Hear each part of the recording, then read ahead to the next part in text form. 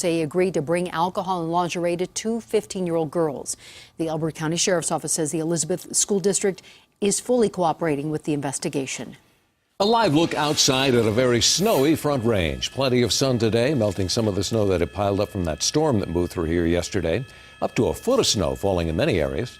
The snow deep enough that Denver Public Works put plows on residential streets for the first time. Well, actually, it's the third time that they've ever done it.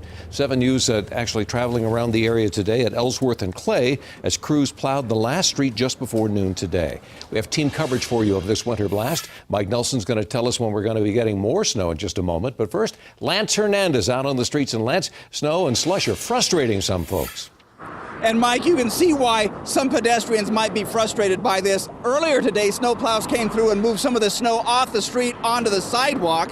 About an hour ago, we saw some work crews out here, some employees scooping the sidewalk. But as you can see, there's still quite a bit of work that needs to be done.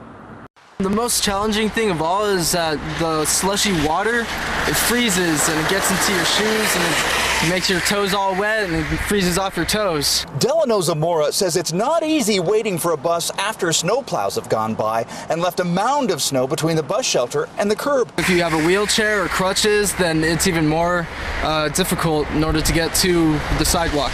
How difficult is it to wait in the snow for a bus?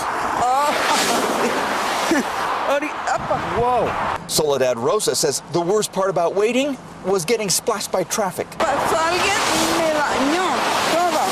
We checked with RTD. It says it's responsible for clearing the rectangular plexiglass-sided shelters and that contractors are responsible for clearing shelters with advertising. What about bus stops like this one, where there's just a bench on a sidewalk? Generally, it's the property owner's responsibility to clear the sidewalk again, even if they've already done so. It wasn't just bus passengers struggling today. You could hear tires spinning all across the metro area as drivers struggled against deep snow left behind by snowplows. I ended up missing work today because I couldn't get my car out and I had to wait for it to get warmer, and obviously, as you saw, my partner helped me push the car out so we can get moving. Now, in the past, Denver prohibited parking on what it referred to as snow routes after a storm so that crews could plow from curb to curb. So many people complained about getting towed that the city changed gears and did away with snow routes. Now they just plow driving lanes on major streets. The trade-off, though, is that instead of paying a tow fee, now you have to dig your car out from those mounds of snow that the snowplows leave behind. In Denver, Lance Hernandez, 7 News.